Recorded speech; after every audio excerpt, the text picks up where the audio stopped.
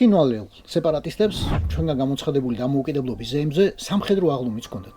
რუსებს ჰქონდათ რა თქმა უნდა აღლუმი რეალურად. და მთავარი სტუმარის რა თქმა უნდა რუსი ყავდათ. კავკასიის კურატორი სერგეი კირიენკო, ოდესღაც იმ ქვეყნის პრემიერ-მინისტრი. ახლა კი პუტინის ადმინისტრაციის ხელმძღვანელის პირველი მოადგილე და კავკასიის კურატორი ზოგადად.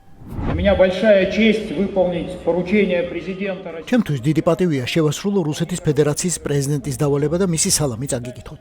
ეს დღესასწაული იქცა სამხრეთ ოსი ხალხის მამაცობისა და სულიერი სიმტკიცის სიმბოლოდ, რომელმაც დაიცვა თავისუფლებისა და დამოუკიდებლობის კანონიერი უფლება. რუსეთი კვლავაც ყველანაირად დაეხმარება სამხრეთ ოსეთს ეროვნული უსაფრთხოების უზრუნველყოფაში. ამ აღლუმის შემდეგ პატიოსანი ხალხი ბანკეტზე წავიდოდა, მაგრამ მერე ამათ გაახსენდათ, რომ თავარი არ უთქო, თურმე და საზეიმო სხდომა მოიწვიეს, სადაც პრეზიდენტად წოდებულ ალან გაგლოევს ერთი ისტორიული ციტატა უნდა წარმოეთქვა. იმათ, ვინც საქართველოში გაბედა და აღიარა სააკაშვილის პასუხისმგებლობა სამხრეთ ოსეთის წინააღმდეგ აგრესიის გაჩაღებაში, ღიად ვეუბნებით, დროა შემდეგი ნაბიჯი გადადგათ. აღიარეთ სამხრეთ ოსეთი. პოლიტიკის გამო არა, მომავლის გამო, სამართლიანობის გამო, რომ ყველა კავკასიური ხალხი შვიდობიანი ცის ქვეშ ცხოვრობდეს. პურია, ჯაყოს ხიზნები წაკითხული გაქვს. თუმცა მეც რა სისულელე ვიკითხე, სხვა რა გაქვს წაკითხული, ჯაყოს ხიზნები რომ მქონდეს. ამიტომ ამ პარალელს ვერ დაინახა.